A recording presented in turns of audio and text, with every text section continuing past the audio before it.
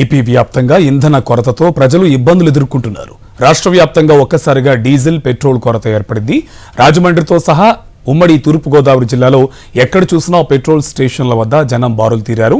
మరోవైపు అధికారులు పెట్రోల్ సరఫరా సక్రమంగానే జరుగుతోందని చెబుతున్నా క్షేత్రస్థాయిలో పరిస్థితి మాత్రం అందుకు భిన్నంగా ఉంది.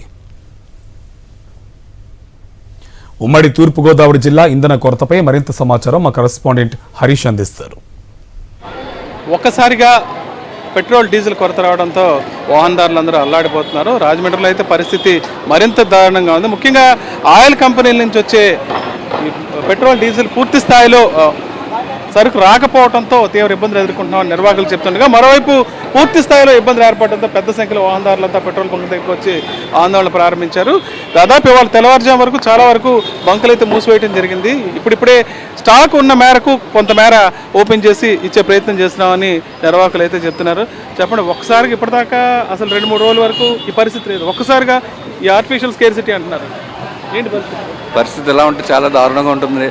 ట్రాన్స్పోర్ట్ ఇంతకంటే మనం ట్రాన్స్పోర్ట్ ఇక్కడ పెట్రోల్ కొరత చాలా ఎక్కువగా ఉందండి. ఎక్కడో యుద్ధాలు ఎక్కడో అరబిక్ కంట్రీస్లో జరగడం వల్ల ఈ పెట్రోల్ కొరత రావడం చాలా సామాన్య మానవుడు పెట్రోల్ కోసం ఎంత అవస్థలు పడాల్సిందంటే కొంచెం ప్రభుత్వం దీని కోసం కేర్ తీసుకొని చాలా ఇదంతా ఆర్టిఫిషియల్ కృత్రిమంగా జరుగుతుంది. వాస్తవంగా అయితే స్కేర్సిటీ లేదు.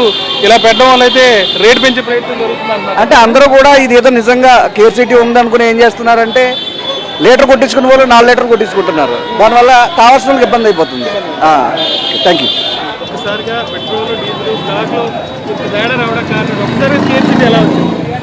అంటే మాకు హెచ్పిసిఎల్ నుంచి లేకపోతే ఐఓసి కంపెనీ, బీపీసీ కంపెనీ ఇవి ఏం చేస్తున్నాయి అంటే ఈ బ్యారల్ రేటు పెరగడంతో కొంచెం టైట్ చేసినాయండి.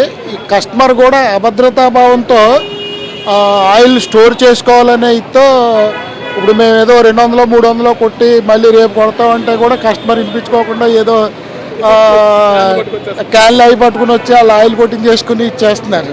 మాకైతే హెచ్పిసిఎల్ నుంచి మంచి కోఆపరేట్ చేస్తున్నారు.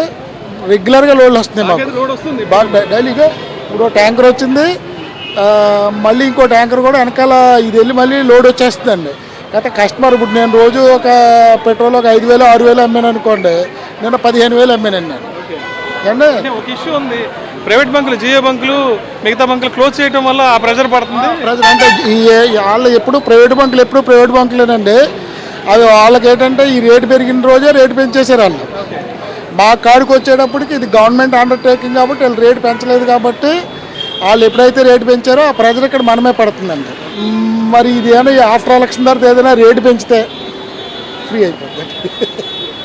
మరో 4-5 రోజులు అయితే ఈ పెట్రోల్ కష్టాలు తప్పవని చెప్తున్నారు. ప్రస్తుతానికైతే కంపెనీల దగ్గర నుంచి స్టాక్ అయితే వస్తుంది. అయితే వినియోగదారులు తీవ్ర అభద్రతా భావంతో ఉండటంతో ఒక్కసారిగా అధికంగా వినియోగం చేయడంతో ఇబ్బందులు ఎదురవుతున్నాయని నిర్వాహకులు అయితే చెప్తున్నారు. ప్రస్తుతానికైతే చాలా చోట్ల స్టాక్ వచ్చిన చోట్ల వరకు మాత్రం పెట్రోల్, డీజిల్ సరఫరా అయితే కొనసాగుతుందని నిర్విరామంగా వాళ్ళకి అందించే ప్రయత్నం చేస్తున్నామని నిర్వాహకులు చెప్తున్నారు. రాజమండ్రి నుంచి విజయ సంబంధించిన హరీష్, సాక్షి న్యూస్.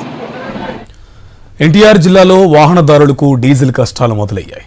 మైలవరం పెట్రోల్ బంకుల వద్ద వాహనాల రద్దీ పెరిగింది. పెట్రోల్, డీజిల్ కొరకు బంకుల వద్ద క్యూ కడుతున్నారు. చమురు సరఫరా ఆగిపోతుందన్న ఊహాగానాలతో వాహనదారుల్లో ఆందోళన నెలకొంది. దీంతో పెద్ద సంఖ్యలో బంకుల వద్దకు చేరుకుంటున్నారు. కొన్ని బంకుల్లో నో స్టాక్ బోర్డులు పెట్టడంతో ప్రజలు బంకుల వద్దకు పరుగులు పెడుతున్నారు.